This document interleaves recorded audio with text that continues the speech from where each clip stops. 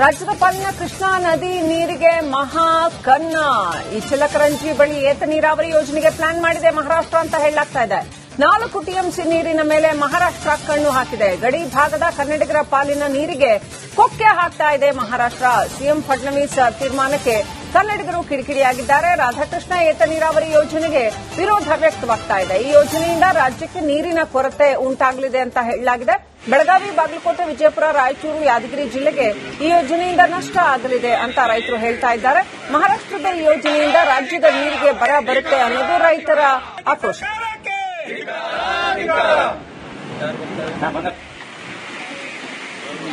ಯಾಕೆ ಬಂದಾರಂದ್ರೆ ನಾವು ಇಲ್ಲಿ ಯಾರು ಪ್ರತಿಭಟನೆ ಮಾಡಿರೋದು ಗೊತ್ತಾಗೈತೆ ಅವ್ರಿಗೆ. ಈಗ ನಮ್ಮ ಕಿತ್ತೂರು ಸೈನ್ಯ ಇವತ್ತು ಗೊತ್ತಾಗಿ ಪ್ರತಿಭಟನೆ ಪ್ರಾರಂಭ ಮಾಡಿದ್ದೀವಿ. ನಾವು ಕೂಡ ಈಗ ಈ ಭಾಗದ ರೈತರು ಕರ್ಕೊಂಡು ಇಲ್ಲಿ ಉಗ್ರ ಪ್ರತಿಭಟನೆ ಮಾಡ್ತೀವಿ ಅವ್ರು ನಿಲ್ಲಿಸ್ಲಿಕ್ಕಂದ್ರೆ. ಆದಷ್ಟು ಒಳಗೆ ನಮ್ಮ ಭಾಗದ ಎಲ್ಲ ಮಠಾಧೀಶರನ್ನ ಕರ್ಕೊಂಡ್ಬರ್ತೀವಿ, ಈ ಭಾಗದ ಎಲ್ಲ ರೈತರು ಕರ್ಕೊಂಡ್ಬರ್ತೀವಿ, ಇನ್ನುಳಿದ ಸಂಘಟನೆಗಳಿದಾವೆ ಎಲ್ಲ ಕರ್ಕೊಂಡ್ಬಂದು ಪ್ರತಿಭಟನೆ ಮಾಡ್ತೀವಿ. ಇಲ್ಲಿನೂ ಕೂಡ ನಾವು ಅಲ್ಲಿಯವ್ರು ಹೆಂಗೆ ಬಂದ್ ಮಾಡ್ಯಾರು ನಾವು ಬಂದ್ ಮಾಡ್ತೀವಿ. ಯಾಕಂದ್ರೆ ನಮ್ಮ ನೀರು ನಮ್ಮ ಹಕ್ಕು. ಇವತ್ತು ನಾವು ಏನು ನೀರ ಮುಖ್ಯ. ಇವತ್ತು ದೇಶಗಳ ಮಧ್ಯೆ ಯುದ್ಧ ಆಗೋದು, ಅದರಿಂದ ನೀರಿಗೆ ಯುದ್ಧ ಆಗೋದು. आणि म्हणून मी त्यांचे अतिशय मनपूर्वक आभार मानतो. आणि विशेषतः आज या ठिकाणी मी आलो असताना माननीय खासदार साहेब आणि माननीय आमदार साहेबांनी एक महत्वाची अपेक्षा ही या ठिकाणी व्यक्त केलेली आहे. कारण मागच्या वेळेस मी आलो त्यावेळेस यांनी मला इथल्या पाणी पुरवठा योजनेची घोषणा करायला लावली. घोषणा तर मी करून टाकली.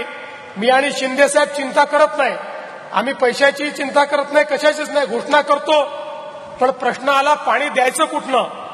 यांना म्हटलं तुम्हीच सांगा बाबा द्यायचं कुठनं. पण मला अतिशय आनंद. ಈಗ ನಾವು ನಮ್ಮ ಜೊತೆ ಜಿಲ್ಲಾಡಳಿತದ ಜೊತೆ ಚರ್ಚೆ ಇಲ್ಲ, ಬಟ್ ನನಗೂ ನನ್ನ ಗಮನಕ್ಕೆ ಇವತ್ತು ಬಂದಿದೆ. ನಾನು ಜಿಲ್ಲೆಯ ಉಸ್ತುವಾರಿ ಸಚಿವರ ಜೊತೆ ಒಂದು ಮೀಟಿಂಗ್ ಮಾಡ್ಕೊಳ್ತೀನಿ. ಹಾಗೂ ಸರ್ಕಾರ ಮಟ್ಟದಲ್ಲಿನೂ ಏನಾದ್ರೂ ಈ ತರ ಪ್ಲಾನ್ ಮಾಡ್ತಾ ಇದ್ದಾರೆ ಅಂದ್ರೆ ನಮ್ಮ ಸಲಹೆಗಳನ್ನು ತಗೊಂಡು ನಮ್ಮನ್ನು ಒಳಗೊಂಡೇ ಈ ಕೆಲಸವನ್ನು ಪ್ಲಾನಿಂಗ್ ಮಾಡಬೇಕಂತ ಹೇಳಿ ನಾನು ಮನವಿ ಮಾಡ್ಕೊಳ್ತೀನಿ. ಈಗ ನಾವು ನಮ್ಮ ಜೊತೆ ಜಿಲ್ಲಾಡಳಿತದ ಜೊತೆ ಚರ್ಚೆ ಇಲ್ಲ, ಬಟ್ ನನಗೂ ನನ್ನ ಗಮನಕ್ಕೆ ಇವತ್ತು ಬಂದಿದೆ. ನಾನು ಜಿಲ್ಲೆಯ ಉಸ್ತುವಾರಿ ಸಚಿವರ ಜೊತೆ ಒಂದು ಮೀಟಿಂಗ್ ಮಾಡ್ಕೊಳ್ತೀನಿ. ಹಾಗೂ ಸರ್ಕಾರ ಮಟ್ಟದಲ್ಲಿನೂ ಏನಾದ್ರೂ ಈ ತರ ಪ್ಲಾನ್ ಮಾಡ್ತಾ ಇದ್ದಾರೆ ಅಂದ್ರೆ ನಮ್ಮ ಸಲಹೆಗಳನ್ನು. ರಾಜ್ಯದ ಪಾಲಿನ ಕೃಷ್ಣಾ ನದಿ ನೀರಿಗೆ ಮಹಾ ಕನ್ನ. ಈ ಚಿಲಕರಂಜಿ ಬಳಿ ಏತ ನೀರಾವರಿ ಯೋಜನೆಗೆ ಪ್ಲಾನ್ ಮಾಡಿದೆ ಮಹಾರಾಷ್ಟ್ರ ಅಂತ ಹೇಳಲಾಗ್ತಾ ಇದೆ. 4 ಟಿಎಂಸಿ ನೀರಿನ ಮೇಲೆ ಮಹಾರಾಷ್ಟ್ರ ಕಣ್ಣು ಹಾಕಿದೆ. ಗಡಿ ಭಾಗದ ಕನ್ನಡಿಗರ ಪಾಲಿನ ನೀರಿಗೆ ಕೊಕ್ಕೆ ಹಾಕ್ತಾ ಇದೆ ಮಹಾರಾಷ್ಟ್ರ. ಸಿಎಂ ಫಡ್ನವೀಸ್ ತೀರ್ಮಾನಕ್ಕೆ ಕನ್ನಡಿಗರು ಕಿರಿಕಿರಿಯಾಗಿದ್ದಾರೆ. ರಾಧಾಕೃಷ್ಣ ಏತ ನೀರಾವರಿ ಯೋಜನೆಗೆ ವಿರೋಧ ವ್ಯಕ್ತವಾಗ್ತಾ ಇದೆ. ಈ ಯೋಜನೆಯಿಂದ ರಾಜ್ಯಕ್ಕೆ ನೀರಿನ ಕೊರತೆ ಉಂಟಾಗಲಿದೆ ಅಂತ ಹೇಳಲಾಗಿದೆ. ಬೆಳಗಾವಿ, ಬಾಗಲಕೋಟೆ, ವಿಜಯಪುರ, ರಾಯಚೂರು, ಯಾದಗಿರಿ ಜಿಲ್ಲೆಗೆ ಈ ಯೋಜನೆಯಿಂದ ನಷ್ಟ ಆಗಲಿದೆ ಅಂತ ರೈತರು ಹೇಳ್ತಾ ಇದ್ದಾರೆ. ಮಹಾರಾಷ್ಟ್ರದ ಈ ಯೋಜನೆಯಿಂದ ರಾಜ್ಯದ ನೀರಿಗೆ ಬರ ಬರುತ್ತೆ ಅನ್ನೋದು ರೈತರ ಆಕ್ರೋಶ.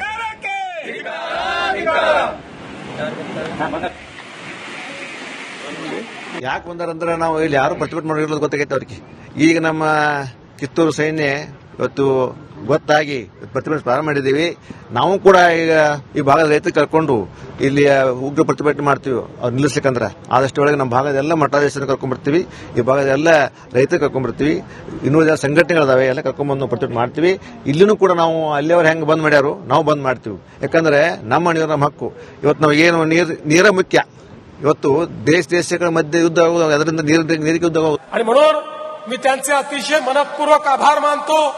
आणि विशेषतः आज या ठिकाणी मी आलो असताना माननीय खासदार साहेब आणि माननीय आमदार साहेबांनी एक महत्वाची अपेक्षा ही या ठिकाणी व्यक्त केलेली आहे. कारण मागच्या वेळेस मी आलो त्यावेळेस यांनी मला इथल्या पाणी पुरवठा योजनेची घोषणा करायला लावली. घोषणा तर मी करून टाकली. मी आणि शिंदे साहेब चिंता करत नाही, आम्ही पैशाची चिंता करत नाही, कशाचीच नाही. घोषणा करतो, पण प्रश्न आला पाणी द्यायचं कुठनं. यांना म्हटलं तुम्हीच सांगा बाबा द्यायचं कुठनं. पण मला अतिशय आनंद. ಈಗ ನಾವು ನಮ್ಮ ಜೊತೆ ಜಿಲ್ಲಾಡಳಿತದ ಜೊತೆ ಚರ್ಚೆ ಇಲ್ಲ, ಬಟ್ ನನಗೂ ನನ್ನ ಗಮನಕ್ಕೆ ಇವತ್ತು ಬಂದಿದೆ. ನಾನು ಜಿಲ್ಲೆಯ ಉಸ್ತುವಾರಿ ಸಚಿವರ ಜೊತೆ ಒಂದು ಮೀಟಿಂಗ್ ಮಾಡ್ಕೊಳ್ತೀನಿ. ಹಾಗೂ ಸರ್ಕಾರ ಮಟ್ಟದಲ್ಲಿನೂ ಏನಾದ್ರೂ ಈ ತರ ಪ್ಲಾನ್ ಮಾಡ್ತಾ ಇದ್ದಾರೆ ಅಂದ್ರೆ ನಮ್ಮ ಸಲಹೆಗಳನ್ನು ತಗೊಂಡು ನಮ್ಮನ್ನು ಒಳಗೊಂಡೇ ಈ ಕೆಲಸವನ್ನು ಪ್ಲಾನಿಂಗ್ ಮಾಡಬೇಕಂತ ಹೇಳಿ ನಾನು ಮನವಿ ಮಾಡ್ಕೊಳ್ತೀನಿ. ಈಗ ನಾವು ನಮ್ಮ ಜೊತೆ ಜಿಲ್ಲಾಡಳಿತದ ಜೊತೆ ಚರ್ಚೆ ಇಲ್ಲ, ಬಟ್ ನನಗೂ ನನ್ನ ಗಮನಕ್ಕೆ ಇವತ್ತು ಬಂದಿದೆ. ನಾನು ಜಿಲ್ಲೆಯ ಉಸ್ತುವಾರಿ ಸಚಿವರ ಜೊತೆ ಒಂದು ಮೀಟಿಂಗ್ ಮಾಡ್ಕೊಳ್ತೀನಿ. ಹಾಗೂ ಸರ್ಕಾರ ಮಟ್ಟದಲ್ಲಿನೂ ಏನಾದ್ರೂ ಈ ತರ ಪ್ಲಾನ್ ಮಾಡ್ತಾ ಇದ್ದಾರೆ ಅಂದ್ರೆ ನಮ್ಮ ಸಲಹೆಗಳನ್ನು